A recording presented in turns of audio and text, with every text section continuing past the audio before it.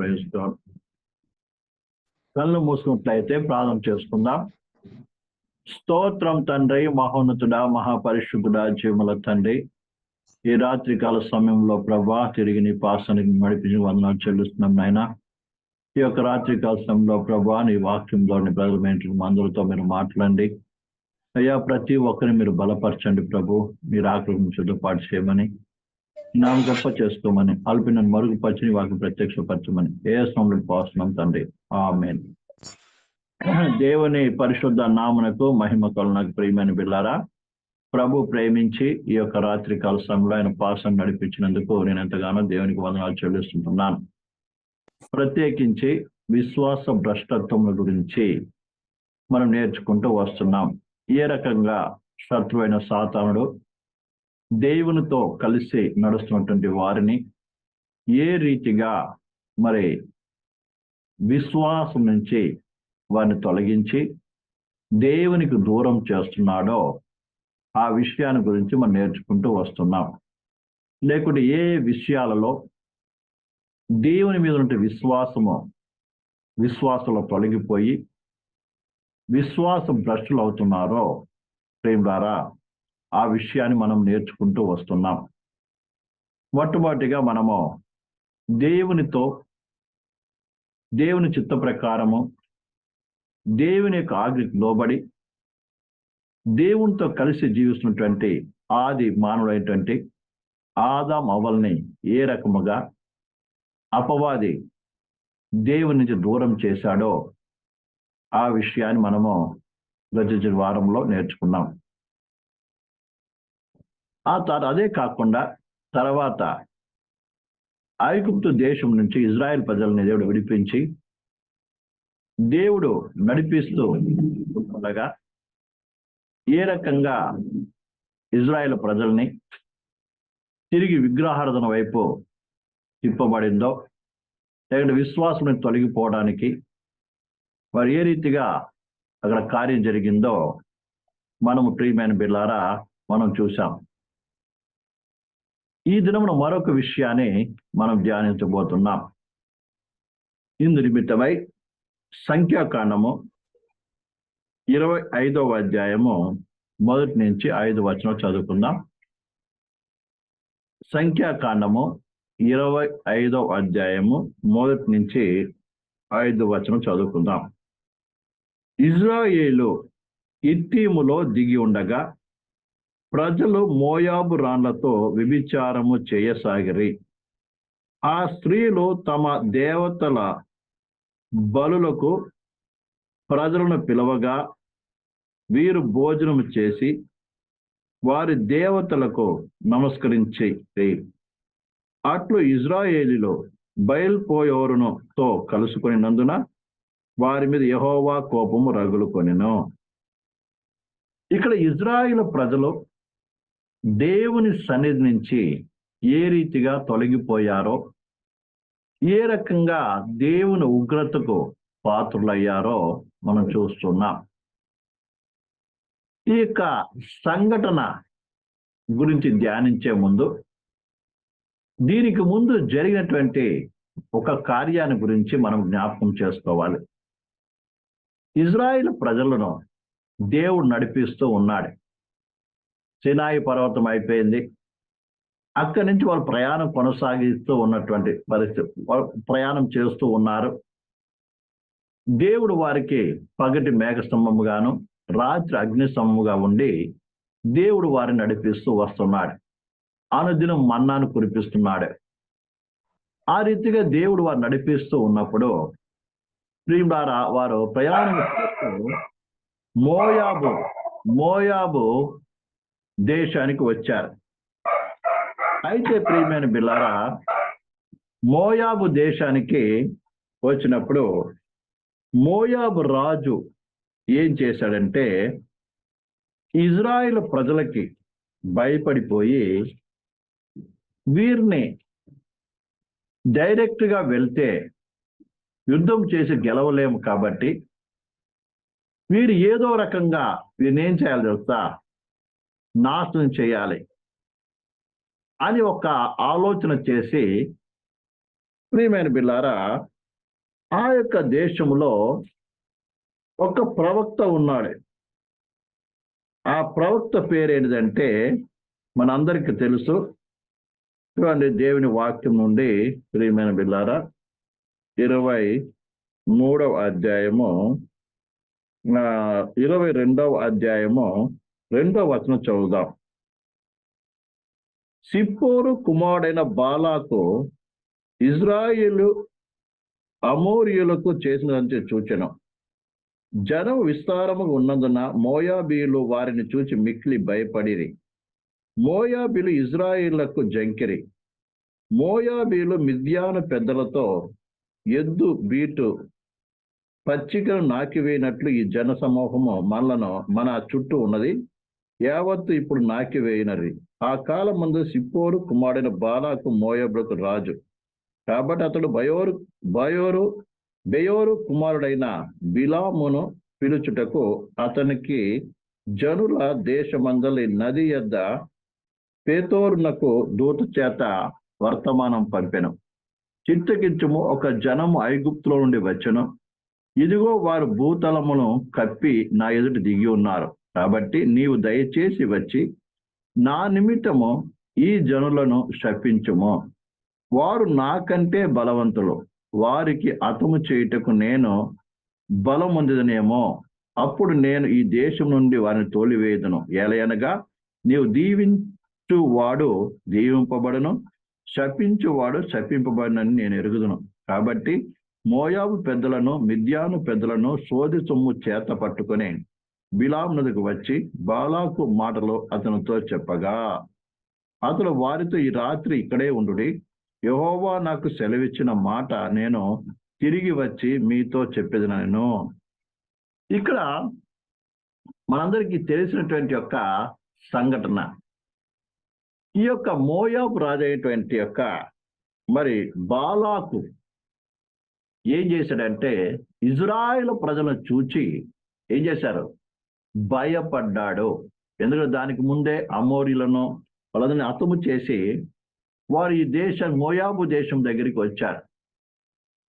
వారితో యుద్ధము చేయటానికి ఈ బాలాకు రాజు భయపడి వీరిని ఇంకో రకముగా ఏం చేయాలి? వీరిని బలహీనపరచాలి. అప్పుడు నేనేమో బలవంతును అయ్యి వాళ్ళు ఏం చేయగలను? నాశనం చేయగలను అని ఒక ఆలోచన చేసి ఆ దినాల్లో ప్రియమైన బిల్లారా ఒక ప్రవక్త ఉన్నాడు అక్కడ. అతడు బయోరు కుమారుడైన బిలాము అనేటువంటి ఒక ప్రవక్త ఉన్నాడు.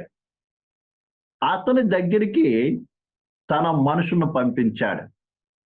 ఎందుకు పంపించాడంటే ఈ ప్రవక్త ఏది చెప్తే అది జరుగుతుంది, ఏది చెప్తే అది జరుగుతుంది అని. ఆయన నీవు శపించిన వారు శపింపబడును, నువ్వు దీవించిన వారు పడతారు. కాబట్టి నువ్వు దయచేసి వచ్చి ఈ ఇజ్రాయిల్ ప్రజల్ని ఐగుప్తు నుంచి వస్తున్నట్టు నీ ప్రజల్ని ఏం చేయి? శపించు అని డబ్బు సంచితో ఏం చేశాడు తెలుసా? తన పెద్దలను పంపించాడు అక్కడికి.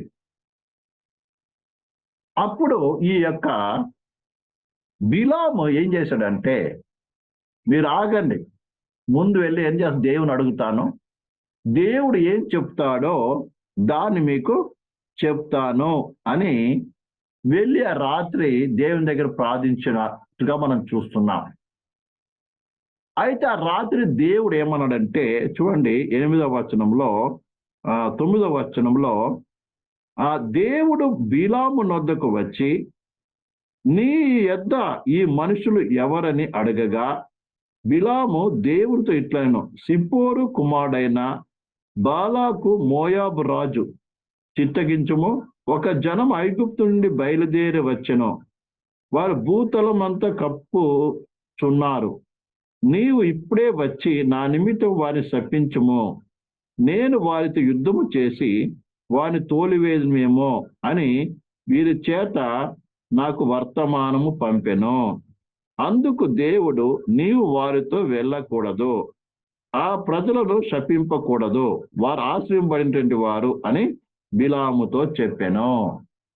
దేవుడు క్లియర్గా చెప్పాడు, అన్ని అడిగాడు. వాళ్ళు ఎవరన్నప్పుడు క్లియర్గా ఈయన కూడా చెప్పాడు. ఎందుకంటే ఇజ్రాయెల్ ప్రజల గురించి ఈ బిలాము కూడా తెలియదు.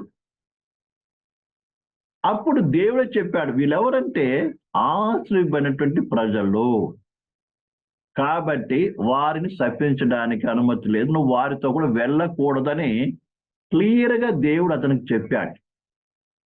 అలా చెప్పినప్పుడు ఈ యొక్క బిలాం వచ్చి వారితో చెప్పాడు ఏమిటంటే, ఇదిగో నేను మీతో కూడా రాను అని చెప్పేశాడండి.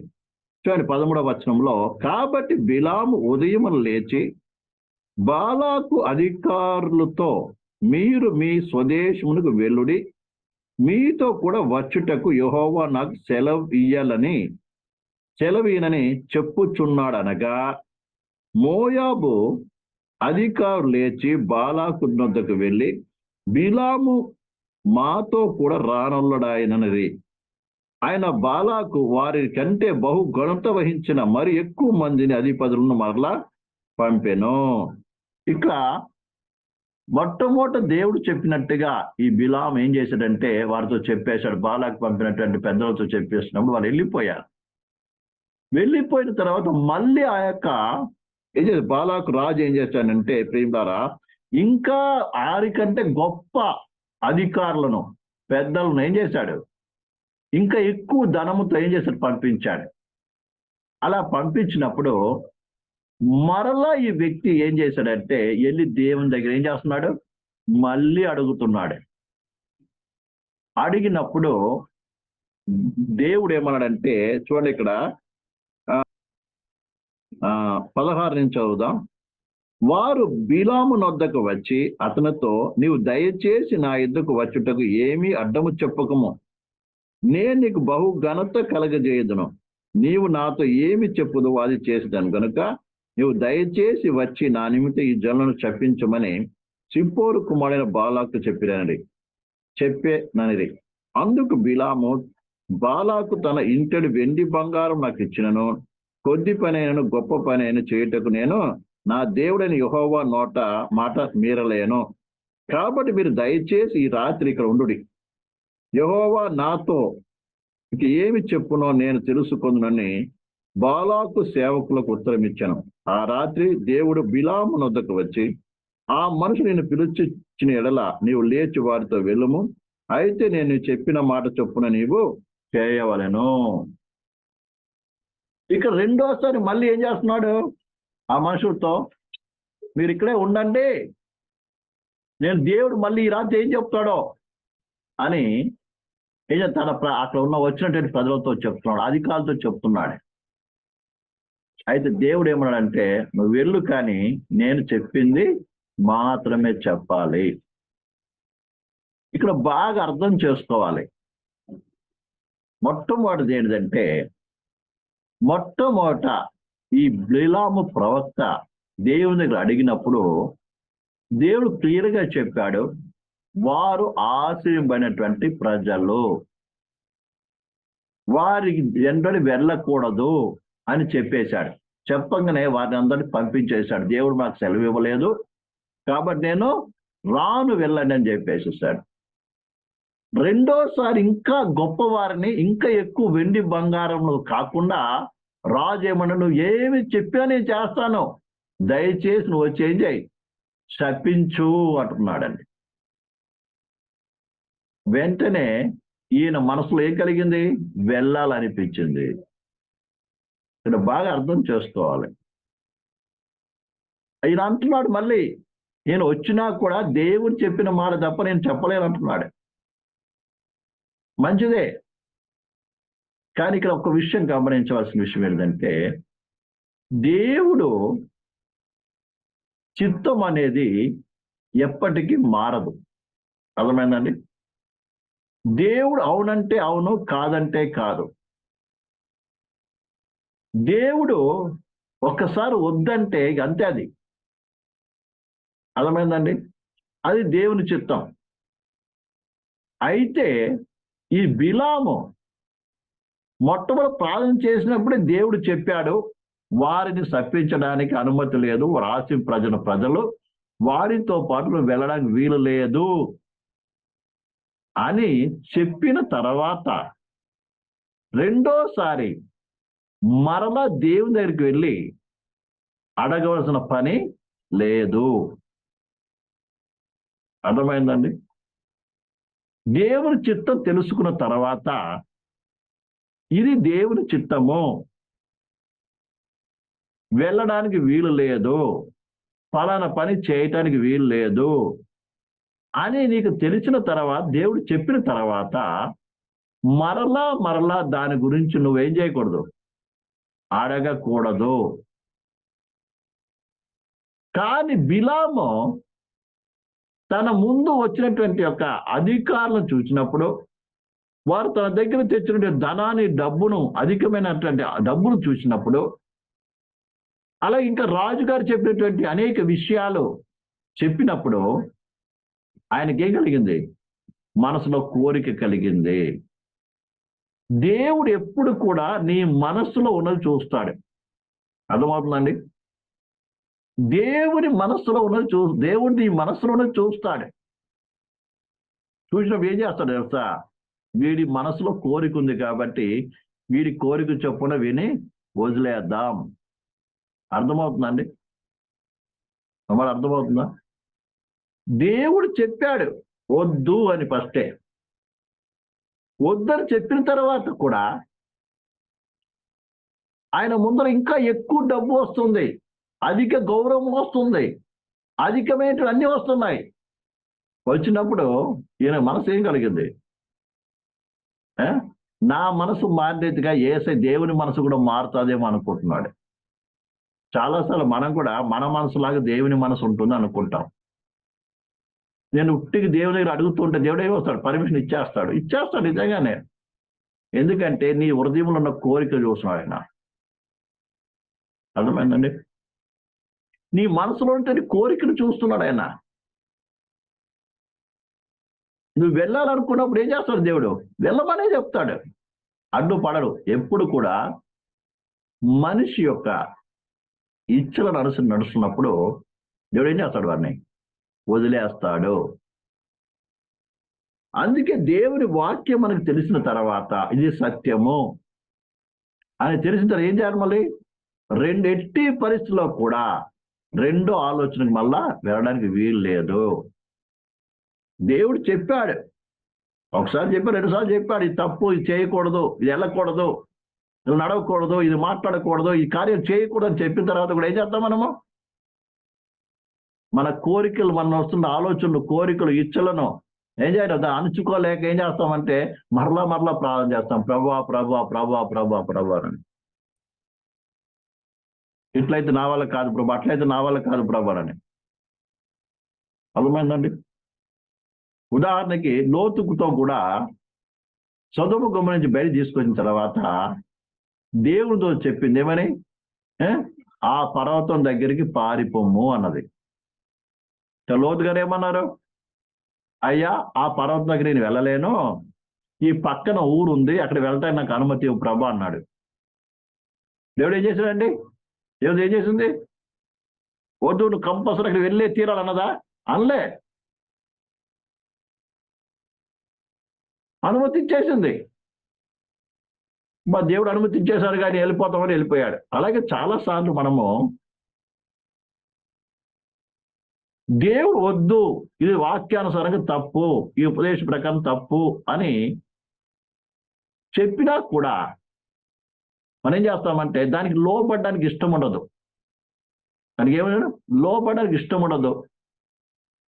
ఒకవేళ లోపడితే మనకు నష్టం వస్తుంది, కష్టం వస్తుంది, నిందలు వస్తుంది, బాధలు వస్తుంది అని గ్రహించి ఏం చేస్తామంటే ప్రభా నా వల్ల కాదు ప్రభా అని ఏం చేస్తాం? దేవుడి దగ్గర ఏం చేస్తాం? మన కోరికలు ఇచ్చి నెరవేర్చుకోవడానికి ప్రయత్నం చేస్తాం. ఇక్కడ ఈ బిలాముకు కూడా ఏముందంటే ప్రియులారా, ఆ డబ్బు, హోదా, అతనికి వస్తున్న గౌరవాన్ని, ప్రతిష్ఠ చూసినప్పుడు ఇదిగా ఉంది, వెళ్ళాలని కోరిక పుడుతుంది, వెళ్ళాలని కోరిక పుడుతుంది. ఈ విషయము బైబిల్ ఇక్కడ రాయకపోయినా, మనకు తెలియకపోయినా, మన పేతురు రాసిన పత్రికలు చదువుతాం చూడండి. పేతురు రాసిన 2వ పత్రిక 2:15 చదవండి. పేతురు రాసినటువంటి 2వ పత్రిక 2:15 తిన్నని మార్గమును విడిచి బెయోరు కుమారుడైన బిలాము పోయిన రామును బట్టి త్రోవ తప్పిపోయిరి. బిలాము దుర్నీతి వలన కలుగు బహుమానమును ప్రేమించెను. రాయమని ఏంటంటే ఆ బిలాము దుర్నీతి వలన కలుగు బహుమానమును ప్రేమించెను. అయితే తాను చేసిన అతిక్రమం నిమిత్తమై అతడు గద్దింపబడెను. ఎట్లనగా నోరులేని గాడిద మానవ స్వరముతో మాట్లాడి ఆ ప్రవక్త యొక్క వెర్రితనమును అడ్డగించెను. రాయబడింది. ఇతనికి ఏం ఆశించాడంట? దుర్నీతి వల్ల వచ్చే బహుమానం, రాజుగారు ఇచ్చే బహుమానం ఎట్లా పోగొట్టుకోవాలి. కొన్నిసార్లు మొహమాటానికి పడిపోతాం మనము.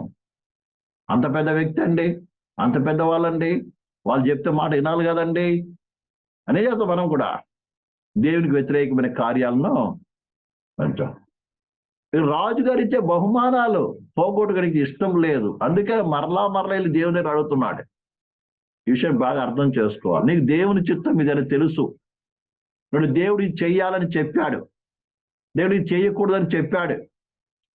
తెలిసి కూడా నువ్వు మళ్ళా దేవుని అడిగినట్లు ఏమంటాడు? చేయిపో అంటాడు. మన కాబట్టి దేవుడే చెప్పాడండి అనుకో, నువ్వేం చేస్తావు? వెళ్ళి గోతిలో పడతావు. అప్పుడు నువ్వు కోరుకున్న దానికి దానివల్ల వచ్చే రిజల్ట్, పర్యాసానం ఎవరు అనుభవించాలి? నువ్వే అనుభవించాలి. అర్థమైందండి? అర్థమవుతుందండి. చోటుకి వెళ్ళొద్దురా బాబు అంటాం, అప్పు చేయొద్దురా బాబు అంటాం. ఎన్నెన్నో చెప్తూ ఉంటే ఏం చేద్దాం? వినిపించుకోం. ఎందుకంటే లోపల నుంచి వేరే కోరికలు ఉన్నాయి. అందరూ చూస్తాం, వాళ్ళని వీళ్ళని చూస్తాం. తర్వాత ఎవరు అనుభవించాలి? ఎవరైతే దేవుని మాట వినకుండా పోతుందో వాళ్ళు అనుభవించాలి. ఇక్కడ బిలాము కూడా అదే పని చేశాడు. మొదటిసారి దేవుడు అడిగినప్పుడు వద్దన్నాడు. రెండోసారి వాళ్ళని చూడు, ఇంకా అధికారులు, ఇంకా గౌరవింప తగినటువంటి వారు హోదాకైన రాగానే, ఇంకా ఎక్కువ వెండి బంగారు తీసుకుని రాగానే, ఇంకా రాజుగారు ఏమన్నాడు? నువ్వు ఏ చెప్తా చేస్తానన్నాడు. ఇక ఆయనకు పట్లైనటువంటి ఏమొచ్చేసింది? ఆశ వచ్చేసిందండి. మళ్ళీ దేవుని అడిగాడు. అడిగితే దేవుడు అన్నాడు, పో, నువ్వు పో, నేను ఎలా చక్క చేయాలి నాకు కూడా బాగా తెలుసు అని దేవుడు కూడా ఏం చేస్తాడు? వెళ్ళమన్నాడు. గాడిద లెక్క ఏం చేస్తున్నాడు? కళ్ళ కనుక్కుంటూ వెళ్తున్నాడు. అయ్యా, కళ్ళ కనుక్కుంటూ వెళ్తున్నాడు. మైండ్ ఏం లేదు, మనసు ఇక్కడ లేదు, ఎక్కడో ఉంది. అందుకే తన ముందర నిలబడిన దూతను కూడా చూడలేకపోయాడు. చాలాసార్లు మనం ఏం చేస్తాం? మన ఊహల్లో, మన ఇచ్చలు, మన యొక్క శరీర ఇచ్చలు, శరీర కోరికలు, మన సొంత ఆలోచనలు, సొంత విషయాల్లో ఉన్నప్పుడు మనకేంటి? ఎదురుగా ఉన్నది కూడా మనకి కనబడదు. అంతెందుకు, మామూలుగానే మనకి ఏదో ఆలోచనలు ఉన్నప్పుడు ఏం చేస్తాం? మన ముందు ఎవరు వస్తున్నారో కూడా మనకు తెలియదు కొన్నిసార్లు. మీరు ఆ విషయాన్ని గమనించారో ఏమో, మీకు తెలుస్తుందో తెలియదు, గమనించి ఉంటారు మీరు అందరు కూడా. ఒకవేళ ఏదో టెన్షన్లోనో లేకపోతే ఏదో ఒక ఆలోచనలో మనం వెళ్ళిపోతున్నప్పుడు ఎదురు ఒక వ్యక్తి వస్తున్నాడని తెలియదు, ముందు గొయ్యి ఉన్నది తెలియదు, అలా ఎన్నోసార్లు తట్టుదాకి కింద పడిపోయిన పరిస్థితి కూడా మనకి తెలుసు. అలాగే బిలాము కూడా ఏం చేస్తున్నాడు? ఆ బహుమానం మీద మనసు, రాజుగారికి వెళ్తాను, నన్ను అలా కనపరచు, ఇలా కనపరచు, అది ఇస్తాడు, ఇది ఇస్తాడు అనుకొని వెళ్తున్నాడు. చివరికి గాడిద చూసింది, ఎదురుగా దూత ఉన్నది. గాడిద ఈయన ప్రాణాలు కాపాడిందండి. మనం కూడా ఎన్నోసార్లు గాడిద లాంటి వారు అనుకోవచ్చు, నేనే గొప్ప అనుకోవచ్చు. కానీ మనం ఎవరినైతే తక్కువగా చూస్తామో వారి మూలముగా మనం కాపాడబడటం చూస్తుంటాం. అర్థమవుతుందండి? వాళ్ళ మూలంగా ఏం చేస్తాం? మనము కాపాడబడటం చూస్తాం. ఆ విషయం మనకు బాగా తెలియదు. ఆ విషయం ప్రియమైన గాడిద అతన్ని కాపాడినట్టుగా దేవుని వాక్యం మనం చూస్తాం. ప్రియమైన చివరికి వెళ్ళాడు అక్కడికి. వెళ్ళినప్పుడు ప్రియమైన బిడ్డలారా, దేవుని ఆత్మ తన మీదకి వచ్చి ఏం చేశాడు? ఆశీర్వించడం చూస్తున్నాం. అలాగూ 3 సార్లు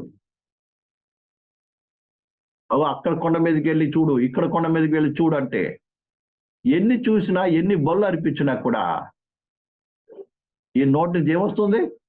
ఆశీర్వాద పలుకులే వస్తున్నాయి తప్ప శపింపడే స్పెషల్ రావట్లేదండి. మన దేవుడు ఎంత గొప్ప దేవుడు అంటే, కొన్నిసార్లు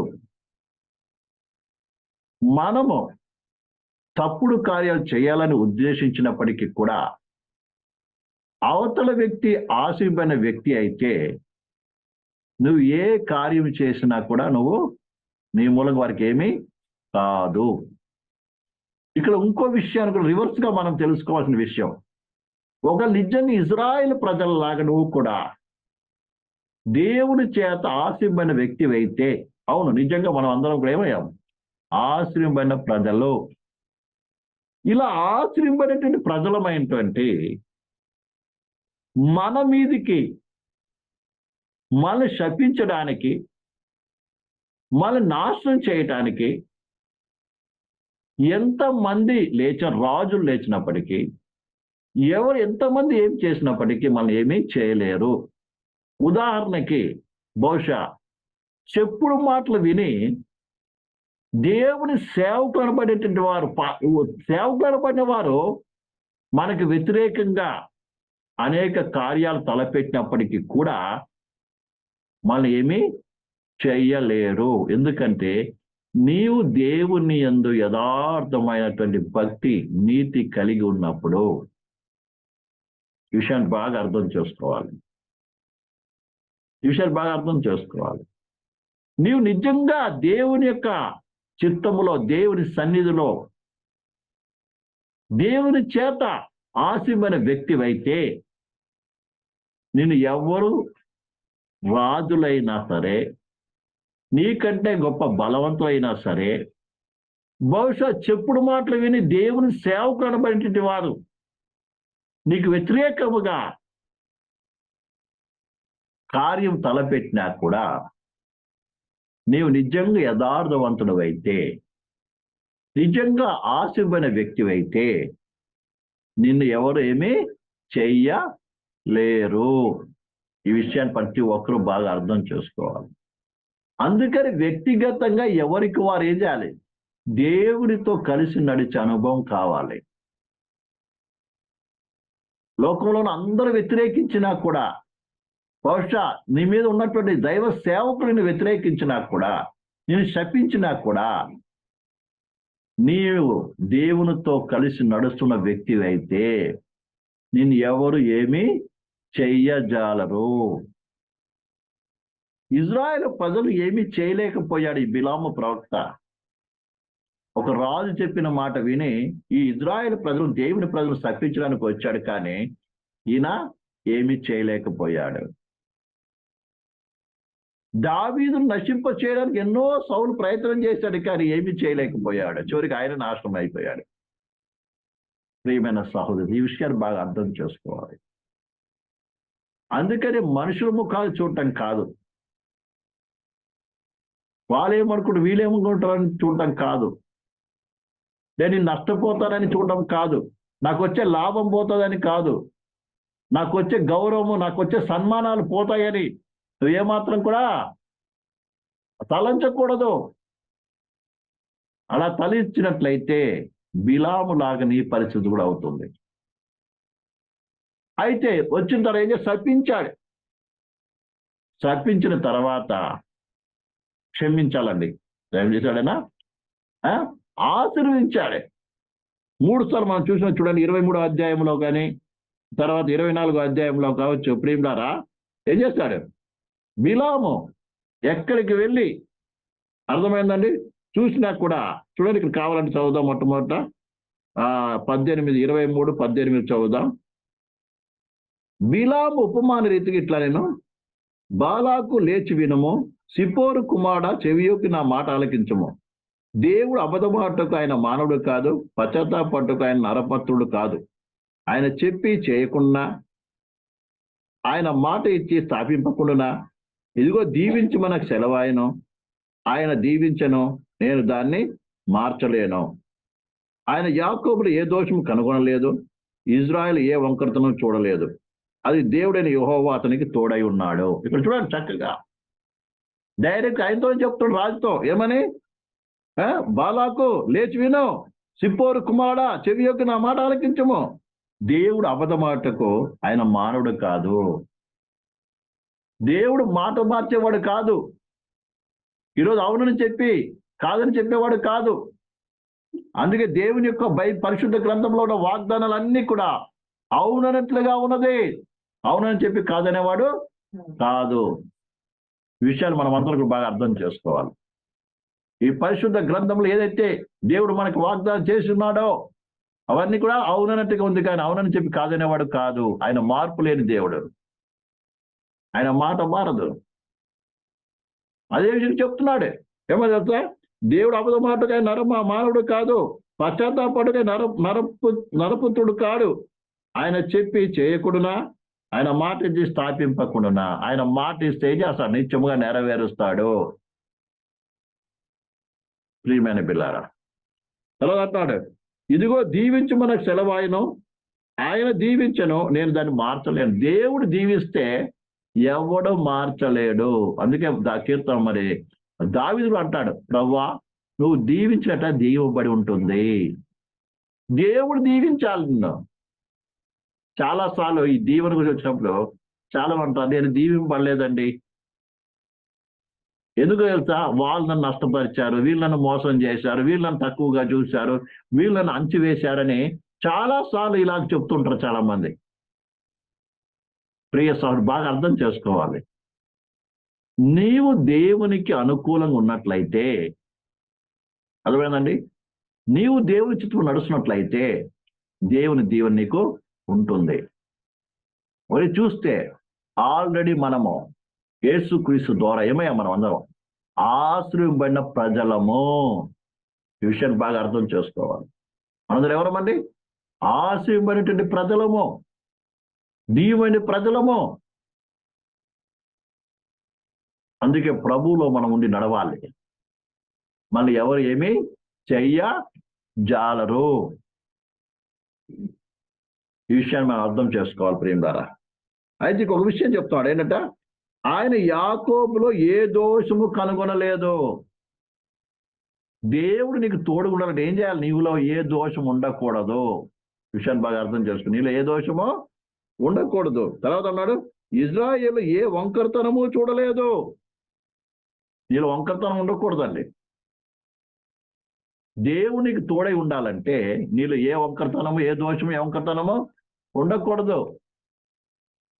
వంకర మాటలు, వంకర నడవడిక, వంకర జీవితాలు ఉండకూడదండి. యథార్థమైన జీవితం ఉండాలి. సూటిగా ఉండాలి. ఏదైనా అవునంటే అవును, కాదంటే కాదన్నట్టుగా ఉండాలి. తేటగా ఉండాలి. దాపరికం నీ జీవితం ఉండకూడదు. చాలాసార్లు అనేక విషయాలు దాచిపెట్టి ఏం చేస్తాము? మనుషుల ముందు మంచోళ్ళకి నటిస్తూ ఉంటాం. మంచోళ్ళ ముందు ఏం చేస్తాం? పరిశుద్ధులుగా నటిస్తూ ఉంటాం. అది పనికిరాదండి దేవుడి గురించి యథార్థత. కాబట్టి ఇక్కడ ఆర్థిక ఏమంటున్నాడు ప్రియులారా, యాకోబు ఏం చేస్తాడు? తనకి తోడుగా ఉండును అంటున్నాడు. ప్రియమైన పిల్లారా, ఈ రకంగా ఏం చేశాడు? యాకోబు గురించి, ఇజ్రాయెల్ గురించి ఏం చేశాడు? మాట చెప్పాడు. ఈ విషయం మనం అందరూ కూడా బాగా అర్థం చేసుకోవాలి. ఇంకా కావాలి చాలా విషయాలు చెప్పాడు. ఇవన్నీ మనం చదివినప్పుడు. కాబట్టి యాకోబులో మంత్రం లేదు, శకునము లేదు. యాకోబు నుంచి నక్షత్రం ఉదయించును. ఇవన్నీ కూడా బిలాము ద్వారా దేవుడు ఏం చేశాడు? ప్రత్యక్షపరిచిన ఆత్మ ద్వారా. ఇది చెప్పిన తర్వాత ప్రియమైన ద్వారా రాజుగారికి చాలా కోపం వచ్చింది. ఏం చేశాడు? చివరికి అక్కడి నుంచి వెళ్ళిపోయాడు. కానీ వెళ్ళిపోతూ అర్థమైందా, ఈ రాజుగారికి ఒక చక్కని సలహా ఇచ్చాడు. బాబు, దేవుడు అతను దేవుడు యాకోబును, ఇజ్రాయెల్ను ఆశీర్వదించాడు. దేవుడు వారికి తోడుగా ఉన్నాడు. అర్థమైంది. ఎందుకంటే యాకోబులు ఎవరు? వీళ్ళు ఏం లేదు, ఆ? ఏం లేదు, ఏ దోషము లేదు, వాళ్ళ ఏ వంకరతనం లేదు, ఏ మంత్రం లేదు, ఏ శకునము లేదు, ఇవన్నీ చెప్పారు కాబట్టి ఏది లేదు. కాబట్టి దేవుడు ఏం చేస్తున్నాడు? అతనికి తోడుగా ఉన్నాడు. అయితే దేవుని యొక్క సన్నిధి, దేవుని యొక్క సహాయం నుంచి దూరం అవ్వాలంటే, దేవుని మీద దేవుడికి వీడి మీద కోపం రావాలంటే వాడు ఏం చేయాలంటే వీళ్ళు వంకర వారిగా చేయాలి. ఏం చేయాలి? వీళ్ళని ఏం చేయాలి? వీరేం చేయాలి? దోషులుగా చేయాలి. వీళ్ళ వంకరతనం రావాలి. అర్థమైందా? ఏదో ఒకటి చేస్తే ఏమవుతుంది? దేవుని యొక్క తోడు వీరికి తొలగిపోతుంది అని ఒక చక్కటి ప్లాన్ ఇచ్చిపోయాడండి. అందుకే ఆ విషయం మనకి ఇక్కడ రాయబడి ఉంది. చూడండి, ప్రకటన గ్రంథంలో రాయబడి ఉంది ప్రియులారా. ప్రకటన గ్రంథం 2:14. ప్రకటన గ్రంథం 2:14. ఆయనను నేను నీ మీద కొన్ని తప్పిదములు మోపవలసిన వాడై వలసి ఉన్నది. అవేవనగా విగ్రహములకు బలి ఇచ్చిన వాటి తినుటయో, జారత్వము చేయుటకు నట్లు ఇజ్రాయిలకు ఉరి ఒడ్డుమని బాలాకు నేర్పిన బిలాము బోధ అనుసరించు వారు నీలో ఉన్నారు. ఈ బాలాకు బాలాక్ అంట ఏం చేశాడు? ఒక బోధ చేశాడంట. బాలాకు రాజుకి ఒక బోధ చేశాడు. ఎవరు? బిలాము. అర్థమైందా? పోతూ పోతూ ఏం చేశాడు తెలుసా? ఒక బోధ చేశాడు ఈ రాజుకి.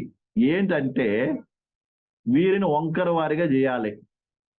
అంటే ఇక్కడ వాక్యానికి విరుద్ధంగా చేయాలి. ఎందుకంటే వీళ్ళు వంకరతనం లేదు కాబట్టి, తర్వాత వీరిలో ఏ దోషము లేదు కాబట్టి దేవుడు వీరికి తోడుగా ఉన్నాడు. దేవుని తోడు లేకుండా చేయాలంటే వీరేం చేయాలి? వీళ్ళు ఏదైనా వంకర పని చేయించాలి. వీళ్ళు ఏదో దోషం చేసేటట్టు చెయ్యాలి. అప్పుడు దేవుడు ఏం చేస్తాడు? వీరి మీద కోపపడతాడు. అప్పుడు ఏం చేస్తాడు? దేవుని శిక్ష వారి మీదకి వస్తుంది అని చెప్పి ఏం చేశాడండి? దేవుని నుంచి దూరం చేసేటువంటి ఒక బోధ చేసి వెళ్ళిపోయాడు. అర్థమైందండి? అదే బాలాకు నేర్పిన బిలాము బోధ. ఆ బోధను అనుసరించే ఈ బాలాకు రాజు ఏం చేశాడంటే, చూడండి 25 నుంచి చదువుదాం. ఇజ్రాయిల్ ఇత్తీములో దిగి ఉండగా ప్రజలు మోయాబు రాణులతో వ్యభిచారము చేయసాగిరి. చూడండి, బాగా అర్థం చేసుకోవాలి. ఎప్పుడైతే ఇత్తీంలో వాళ్ళు ఉన్నారో, ఇజ్రాయెల్ ప్రజలను గుడారం వేసుకుని నివసించారో, వారి మధ్యకి ఏం చేశారంటే అందమైన స్త్రీలను ఏం చేశాడు? వీళ్ళ మధ్యకి తీసుకొచ్చారు, పంపించారు. పంపించడం ఏం చేశారండి? వారితో ఏం చేశారు? ఇజ్రాయెల్ ప్రజలు వ్యభిచారం చేయటం ప్రారంభించారు. వ్యభిచారం చేయడమే కాదు, అర్థమైందండి, వారితో కలిసి విగ్రహారాధన కూడా చేయటం ప్రారంభించారు.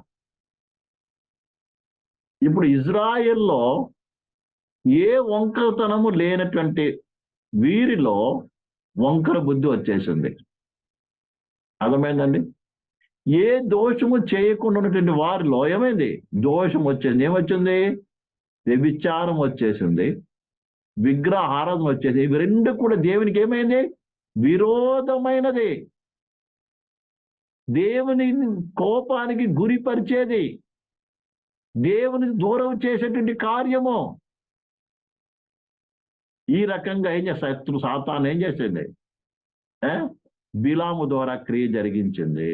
ప్రియమైన సహోదరి సహోదరులారా, ఒక విషయం బాగా అర్థం చేసుకోవాలి. సైతాన్ మొట్టమొదటి డైరెక్ట్ అటాక్ చేయడానికి ప్రయత్నం చేస్తుంది. అర్థమైందండి? వాటిని మనము జయించినట్టయితే వాడు ఏం చేస్తాడు తెలుసా? డైరెక్ట్గా వెళ్తే వీళ్ళని ఏం చేయలేమని చెప్పి ఇండైరెక్ట్గా వస్తాడు. ఉదాహరణకి పైకి ఎవరిని తిడితే, కొడితే, ఏసై దగ్గరికి వెళ్ళొద్దని దండించాడు అనుకోండి, గట్టిగా నిలబడతాం, ప్రాణపైన కూడా ఏసై దగ్గరికి పోతాం, దెబ్బలైనా తింటాం, అదే అయిపోతాం, ఇదైపోతాం అని. ఇప్పుడైతే అవన్నీ ఏమి లేవు. కానీ సైతాన్ ఇంకో రకంగా పనిచేస్తున్నాడు తెలుసా మనలో? ఏ రకంగా? శరీర కోరికలను అనుసరించి సుఖం కోరుకుంటున్నాం. ప్రేమిలారా, చిన్న సమస్య వస్తే తట్టుకోలేము, చిన్న లోటు వస్తే మనకి తట్టుకోలేము. ప్రియమైన బిడ్డలారా, లేకుంటే రకరకాల లోకము నేను మంచి కనబడాలి. అర్థమైందండి? కనబడిందల్లా ఆశ పట్టం. తెలియకుండానే ఏమంటామంటే ఇప్పుడు మాకు అవసరం అండి, ఇది లేకపోతే మేము బ్రతకలేము ఈ లోకంలోనండి అన్నట్టుగా రకరకాలుగా తెలియని స్థితిలో అందుకొరకు మళ్ళీ అప్పు చేయడానికి వెళ్ళిపోతాం. కొంతమంది అప్పు చేయడానికి వెళ్ళిపోతారు, కొంతమంది ఏం చేస్తారండి ఇన్స్టాల్మెంట్కి వెళ్ళిపోతారు, మరి కొంతమంది అబద్ధాలు ఆడటానికి వెళ్ళిపోతారు, మరి కొంతమంది తెలియక రకరకాల దానికి తెలియకుండా చాలా మంది ఏమవుతారు, తెలియకుండా చాలా మంది సాతాను కుయుక్తిలో పడిపోయిన వారు ఉన్నారు ఈ దినం విశ్వాసులుగా. అన్నమాట అర్థమవుతుందండి ప్రియులారా? ఇప్పుడు డైరెక్ట్ గా సైతాన్ అటాక్ చేయట్లేదు సంఘాన్ని, డైరెక్ట్ సైతాన్ ఏం పనిట్లేదు. చాలా మంది ఏమవుతున్నారండి, ఇండైరెక్ట్ పడిపోతుంది. ధనాపేక్ష, డబ్బు సంపాదించాలి, వస్తున్న కొలది ఇంకా డబ్బు. రకరకాలు ఉన్నాయి. మన వాక్యం చదువుకుంటూ పోతే అవన్నీ మనం అర్థమవుతుంది ప్రియులారా. దీనికి మనం చూసాము, ఏమైంది, నాయకుడు కనబడలేదు, మోషే కనబడలేకపోతే ఎవరి మీదకి వెళ్ళిపోయింది మనసు? విగ్రహాల మీదకి వెళ్ళిపోయి. వాళ్ళకంటే ఎప్పుడు కనబడే మనిషి కావాలి, కనబడేది ఏదైనా ఉండాలి వాళ్ళ ముందర, ఉంటేనే దేవుని ఆరాధిస్తారు, దేవుని స్తుతిస్తారు. పాస్టర్ 4 రోజులు కనబడకపోతే, సేవకుడు కనబడకపోతే మన విశ్వాసం పోతుంది. కాబట్టి ఈ విషయాన్ని బాగా మనం అర్థం చేసుకోవాలి.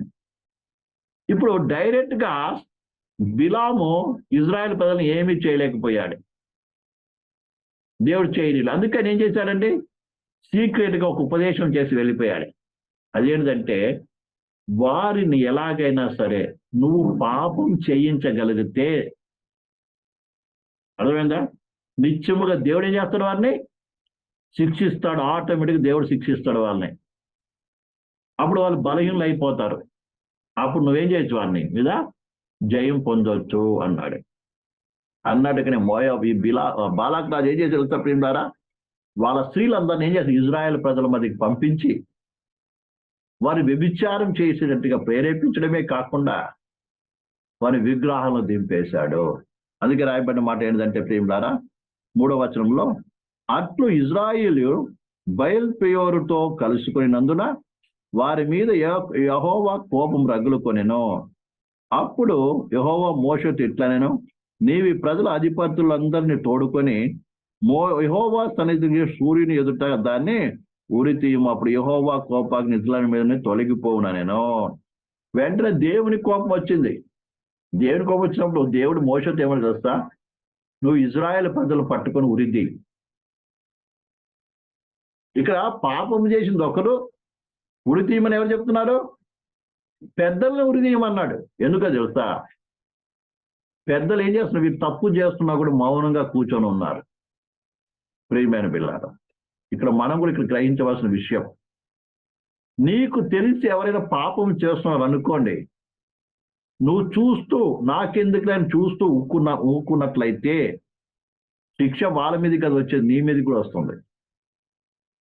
అర్థమవుతుందండి? శిక్ష మీద ఉంది, నీ మీదకి వస్తుంది. ఒక పాపం చేస్తున్నారు, దేవుని వాక్యానికి విరుద్ధంగా జీవిస్తున్నారు, నాకెందుకులే అనుకొని నువ్వు మౌనంగా ఉంటే ఆ శిక్ష ఏమవుతుంది, నీ మీదకి వస్తుంది.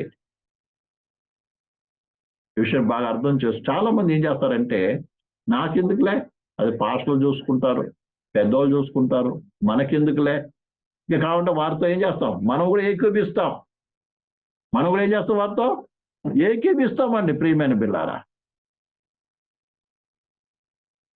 ఇక్కడ కేవలం చూసిన పాపానికి ఎదురు పెద్దల పని ఏంటిదండి? ఎందుకంటే ఇజ్రాయెల్లో పెద్దలు కూడా నియమించారు. గోత్రానికి పెద్దలు ఉన్నారు, 10 మందికి ఒకడు, 50 మందికి ఒకడు, 100 మందికి ఒకడు ఉన్నారు పెద్దలు. వాళ్ళ పని ఏంటిది? చూసుకోవాల్సిందంతా, ఎవరు ఏం జరుగుతుంది, ఏం జరుగుతుంది, ఎవరు ఎలా నడుచుకుంటారు చూడవలసిన బాధ్యత ఉంది. చూసి కూడా చూడనట్టుగా ఏం చేశారు ఉన్నారు కాబట్టి దేవుడు ఏం చేశాడు తెలుసా? పెద్దల ముందు ఉరిది అన్నాడు.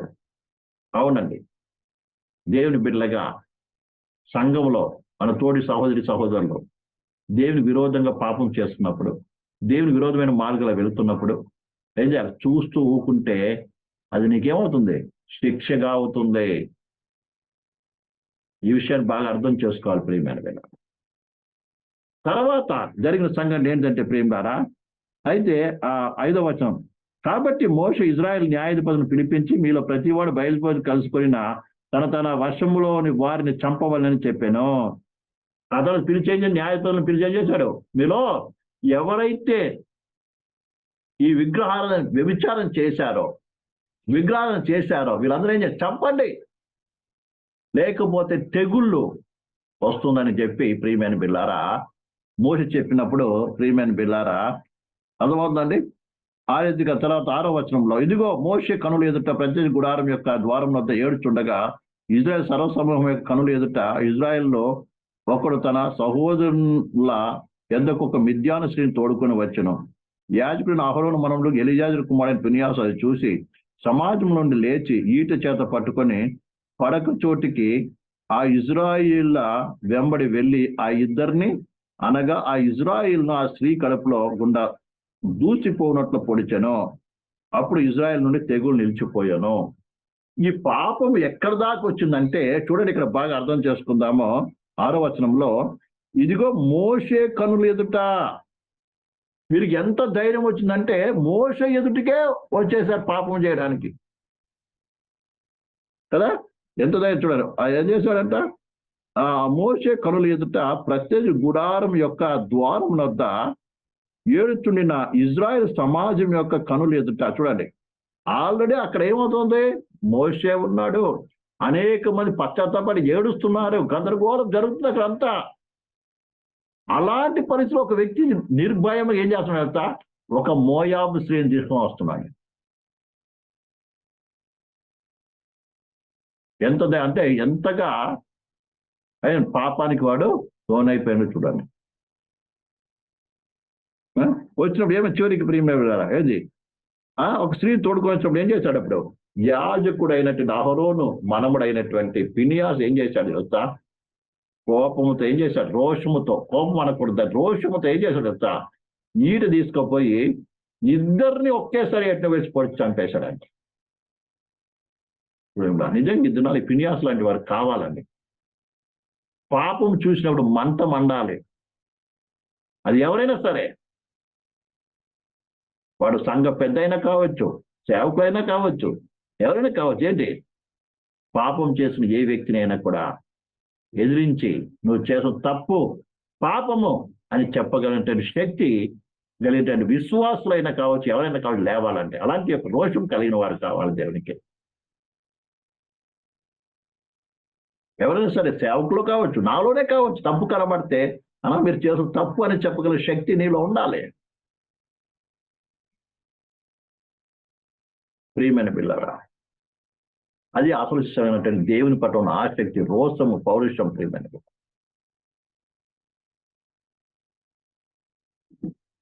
ఈ రకంగా ఫినిహాసు ఏం చేస్తాడు? లేచి ఆ వ్యక్తిని చంపేశాడు. ఎప్పుడైతే చంపాడు అప్పుడేం తెగులు కూడా ఆగిపోయింది. ఆ పాపం ఎక్కడో ప్రారంభమై మెల్లిమెల్లిగా ఎక్కదాకా వచ్చింది? ప్రత్యేక గుడారం దాకా వచ్చేసిందండి. ఇంతవరకు అందరూ చూస్తున్నారు.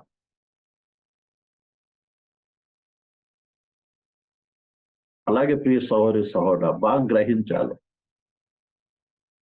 సాతాను డైరెక్ట్గా ఏం చేయలేకపోయినా ఈ దినాలు ఇండైరెక్ట్ గా ఏం చేస్తారు? సైతాన్ అనేక రకాలుగా పనిచేస్తుందండి, అనేక హృదయాల్లో పనిచేస్తుంది.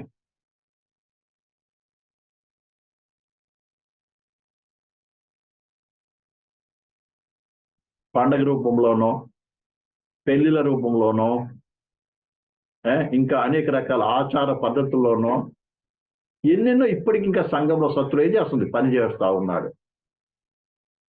ప్రియమైన పిల్లరా, ఏదో ఒక సంఘాన్ని ఏం చేయాలి? గలిబిలి చేయాలి. ఏదో రీతిగా విశ్వాసుల హృదయాన్ని పాడు చేయాలి. అని రకరకాలుగా శత్రువు ఏం చేయాలి తమ పని చేస్తున్నాడు. అందుకు నాకెందుకు నేను ఊరుకోవడానికి వీల్లేదండి. అది పెద్దలు చూసుకుంటారులే, పాస్టర్లు చూసుకుంటారులే, వాళ్ళు చూసుకుంటారులే అనుకుని ఉంటే రాదండి. తప్పు జరగడం ఎక్కడైనా గమనిస్తున్నట్లయితే, పాపం అని నీకు తెలిసినట్లయితే వెంటనే ఫినియాస్ లాగా వాక్యం అని ఈట పట్టుకుని వెళ్ళవు, ఖండించేవాడుగా ఉండాలి. లేకపోతే సంఘం అంతా పాడైపోతుంది. ప్రియమైన బిడ్డలారా, ఇక్కడ చూడండి, బాలాకు డైరెక్ట్గా ఎదిరించలేకపోయాడు. చివరికి ప్రవక్తను పిలిపించి శపిస్తే నేను జయిస్తాను అనుకున్నాడు. అది కూడా దేవుడు ఏం చేశాడు? ఆశీర్వాదంగా మార్చేశాడు. ఆ తర్వాత సీక్రెట్ గా ఏం చేసింది ప్రియబాల? ఒక బోధను బోధించి వెళ్ళిపోయాడు. ఆ బోధ ఏంటంటే ఇజ్రాయెల్ ప్రజలు ఏం చేయాలి? పాపం జరిగించాలి, శరీరిచ్చలను నెరవేర్చడం చేయాలి, దానికి ప్రేరేపించాలి. దాని కొరకు ఏం చేద్దాం? అందమైన స్త్రీలను పంపించి వాళ్ళని పాపం చేయించడం ప్రారంభించారు. అవును ప్రియమైన పిల్లారా, ఇది నువ్వు డైరెక్ట్ గా సైతాన్ని మీరు అటాక్ చేయకపోవచ్చు. నేను ఇతర సంఘానికి మీదికి ఒక అన్ని జనులు కర్రలతో కటార్లతో లేకుంటే కొట్టడము, తిట్టడాలు, అవమానాలు, నిందలు, నిన్ను తరమడాలు ఇవన్నీ ఉండకపోవచ్చు. కానీ సైతాన్ ఇంకో రూపంలో వస్తుంది. సైతాన్ ఇంకో రూపంలో వస్తుంది. నీకు అనేక రకాల అందాన్ని చూపిస్తుంది, ఈ లోకం యొక్క సౌందర్యాన్ని చూపిస్తుంది, వాళ్ళని చూపిస్తుంది, వీళ్ళని చూపిస్తుంది. ఇలా రకరకాలుగా నీకు చూపించి ఏం చేస్తుంది తెలుసా? ఇండైరెక్ట్ గా నేను ఏం చేస్తుంది తెలుసా? పాపములో ముంచేస్తుంది. ఇలా చాలా మంది విశ్వాసైన వారు సాతాను బంధించి పెట్టి ఉన్నాడు. చూడటానికి ఆరాధనకు బాగానే వస్తున్నారు, తెల్ల బట్టలు కూడా వేసుకుంటున్నాం, అన్ని బాగానే ఉన్నాయి. కానీ ఇండైరెక్ట్ గా శత్రువు ప్రేమ ద్వారా నేను లోకం అనేటువంటి లోకాన్ని ప్రేమించే ఒక విభిచారిగా, ధనాపేక్ష అనేటువంటి యొక్క విగ్రహారాధన అనేటువంటి యొక్క విగ్రహారాధనలో ఒక నిన్ను దేవుని నుంచి దూరం చేస్తున్నాడేమో ఒకసారి పరిశీలన చేసుకోవాలి ప్రేమ ద్వారా. అవును, ఈ దినము పైకి పరిశుభ్రం కాబడినప్పటికీ కూడా తెలియకుండా వారు ఏం చేస్తారు? లోకాన్ని ప్రేమించే వారిగా చేస్తుంది. ఎందుకంటే లోకాన్ని స్నేహించేవాడుగా, లోకం మంచి పేరు ప్రఖ్యాతి పొందుకోవాలి, లోకంలో అందరికి మంచివాడు, మా గొప్పవాడికి కనబడాలి, లోకం అందరూ నన్ను మెచ్చుకోవాలి అన్నట్టు అభిప్రాయంతో నిన్ను ఒక శత్రువు సైతం నడిపిస్తున్నాడేమో. అది కాకపోతే డబ్బు ప్రేమించే వ్యక్తి, ఇంకా రకరకాల విగ్రహాల రకరకాల వ్యభిచారం ఉంది పేరు. ఒక వస్తువును ఇది నాకుంటే బాగుండునని అనుకునే పాపము. ఈ రకంగా ఒక విశ్వాసమైన వారు అనేక మందిని ఏం చేస్తారు? దేవుని దూరం చేస్తున్నారేమో. మనం జాగ్రత్త పడుతుంది. అలాంటి కార్యంలో మనం పడిపోకుండా, దేవునికి విరోధంగా పాపం చేయకుండా మన ప్రత్యేకతను, పరిశుద్ధం మనం కాపాడుకోవాల్సిన వారని మన ప్రభు త్వరగా రాబోతున్నాడు. ఎంత దినాలు రకరకాలుగా సాతానుడు ఏం చేస్తున్నాడు? దేవునికి దూరం చేస్తున్నాడు. ముఖ్యంగా వ్యక్తిగతంగా దేవునితో దేవునితో ప్రార్థించడం, వ్యక్తిగత వాక్యం చదవటం, ధ్యానించడం, వ్యక్తిగతంగా నేను నా కుటుంబం దేవుని కొరకు ఏ రీతి జీవించాలనేటువంటి యొక్క తాపత్రం లేకపోవటం, ప్రియమైన పిల్లలు దేవుని కొరకు ప్రత్యేకంగా జీవించాలంటే ఒక మనస్తత్వం లేకపోవటం, ఇవన్నీ ఎన్నో జరుగుతుందండి. ఇవన్నీ ఎన్నో జరుగుతుంది. ఇది అనేకులు పరిశ్రమ చేయటం లేదు. కాబట్టి ఇవన్నీ కూడా జ్ఞాపకం చేసుకోవాలి మనం. ఇజ్రాయెల్ పై డైరెక్ట్ యుద్ధం చేసి గెలవలేమని చెప్పి ఇండైరెక్ట్ గా ప్రయత్నాలు చేశాడు. చివరికి ప్రియమారా ఆ దినం దాదాపు ప్రియమైన బిడ్డలారా చదువుదాం. ఎక్కడ ఎంతమంది అంటారో చనిపోయింది. అపోస్తులు కొరింథీయులకు రాసినటువంటి మొదటి పత్రిక 10:8 చదవండి. నేను ముగిస్తాను, ప్రారంభం చేయబోతున్నా. ఒక మాట చదివి 18. మరియు వారి వలె మనం వ్యభిచరింపగలిందము, వారిలో కొందరు వ్యభిచరించి 1 దినమందు 23,000 మంది కూలిరి. ఒక్కరోజు ఏమైపోయారు? 25 మంది కూలిపోయారు. 25 మంది నశించిపోయారు. 25,000 మంది. 25, 23 23,000 అర్థమవుతుందండి? ఏమైపోయారు? కూలిపోయారు. వీరికి ఎంతో మంది విశ్వాసుల్ని సాతాను ఏం చేస్తుంది? నశింపచేస్తుంది. అలా నాశనం మనం ఉండకుండా జాగ్రత్త పడదాం. ప్రియమైన సహోదరి సహోదరు, విషయాన్ని మనం అందరూ అర్థం చేసుకోవాలి. సాతాను డైరెక్ట్ రాకపోతే ఇండైరెక్ట్ గా మనలో పనిచేస్తున్నాడు. ఇండైరెక్ట్ మన సంఘంలో పనిచేస్తున్నాడు. ఇండైరెక్ట్ మన కుటుంబాల్లో పనిచేస్తున్నాడు. ఇండైరెక్ట్ గా అనేక రీతికి ఏం చేస్తాం? మనల్ని దేవుని దగ్గర నుంచి దూరం చేయడానికి ప్రయత్నం చేస్తున్నాడు. మన విశ్వాసం ప్రశ్నలు చేయాలని ప్రయాసపడుతున్నాడు. కొన్నిసార్లు ఎలాంటి సిచ్యువేషన్ తీసుకొస్తాడంటే, ప్రియులారా, దేవుడితో ఉంటాడులే, తర్వాత సంగతి దేవుడు, ముందు ఈ పని చేయాలి అనే పరిస్థితి తీసుకొస్తాడు. అంటే అప్పటికే దేవుని దగ్గర నుంచి ఏమైపు నువ్వు దూరం అయిపోయావు. కాబట్టి ఈ రకంగా శత్రువు అనేక రకాలుగా విశ్వాసం చేస్తున్నాడు, దేవుని దూరం చేస్తుంది. కాబట్టి ఆ స్థితిలో కాకుండా మనం జాగ్రత్త పడతాం. ప్రభు ఈ వాక్యాన్ని దీవించిన కాక అందరూ మోకరిద్దాం, కళ్ళు మూసుకుందాం. కళ్ళు మూసుకుందాం.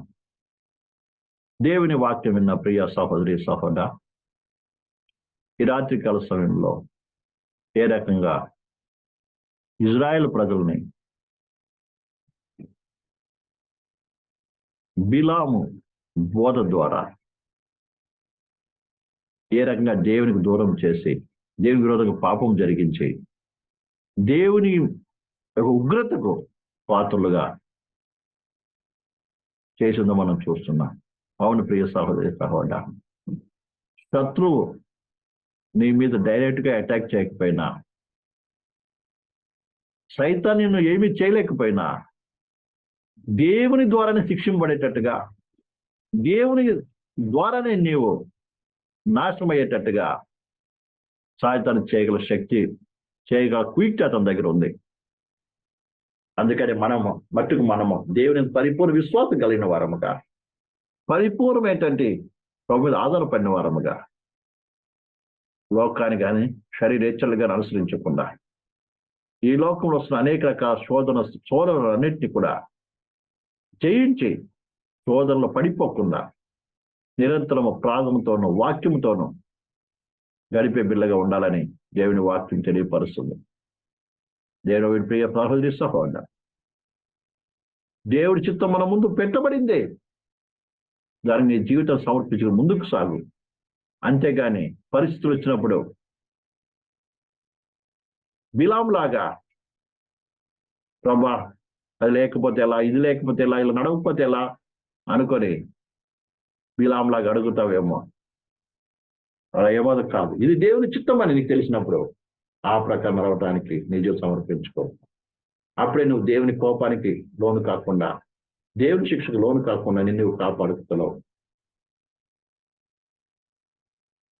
దేవుని ఉండగలవు. కాబట్టి ఈ విషయాన్ని జ్ఞాపకం చేసుకొని ప్రభు చేతి మనం అప్పగించుకుందాం. ప్రార్థన చేసుకుందాం.